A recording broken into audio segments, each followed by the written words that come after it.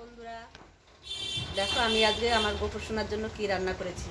তো কালকে তো পাণ্ডব আর নির্জলা একাদশী, তাই সকাল সকাল আমি রান্না করে ফেলেছি আমার গোপুর সোনার জন্য। দেখো রান্না করেছি ভাত, এই ভাত রান্না করেছি। এখানে দেখো পটলের সবজি রান্না করেছি পোস্ত দিয়ে। এখানে কালার ডাল রান্না করেছি আম দিয়ে আলু দিয়ে কালার ডাল রান্না করেছি। এটা করেছি চেলা কচু শাক, এটা চেলা কচু শাক রান্না করেছি আমার গোপুর সোনার জন্য।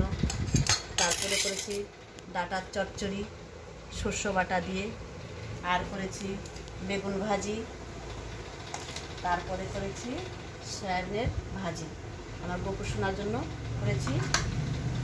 একটা দেবো কলা আমার গোপুর সোনাকে, তো আমের পিস দেবো আমার গোপুর সোনাকে, আর সবার লাস্টে দেবো একটু মিষ্টি। তো দেখো আমি কিভাবে গোপুর সোনাকে খেতে দেবো অন্নভোগ, তো আমি তোমাদের দেখাচ্ছি। আমি দেখো আমার গোপুর সোনার জন্য থালাতে অন্ন বেড়ে নিয়েছি। তারপরে দেবো আমি সয়াবিন ভাজি,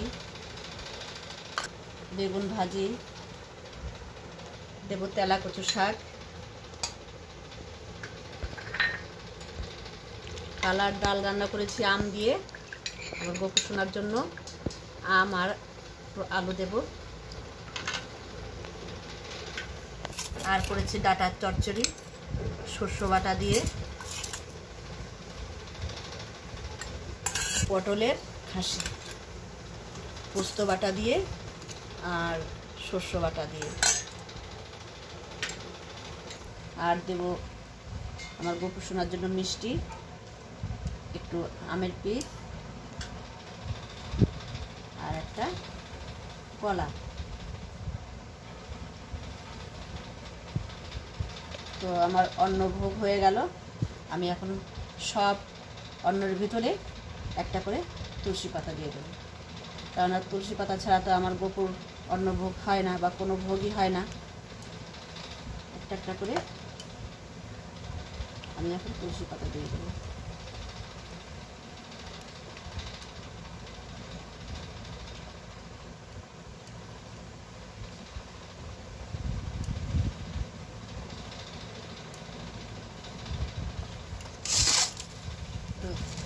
দিয়েছি, জলেও আমি তুলসী পাতা দিয়ে দেব।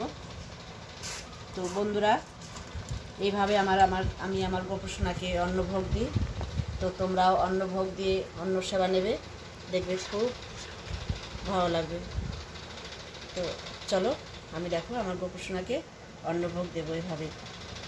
তো কালকে বন্ধুরা নির্জলা একাদশী, সবাই নির্জলা একাদশী করবে, দেখবে সবাই ভালো থাকবে। তো আজকের মতো আমি এখানে আমার মিনি ব্লগটা শেষ করছি। নমস্কার।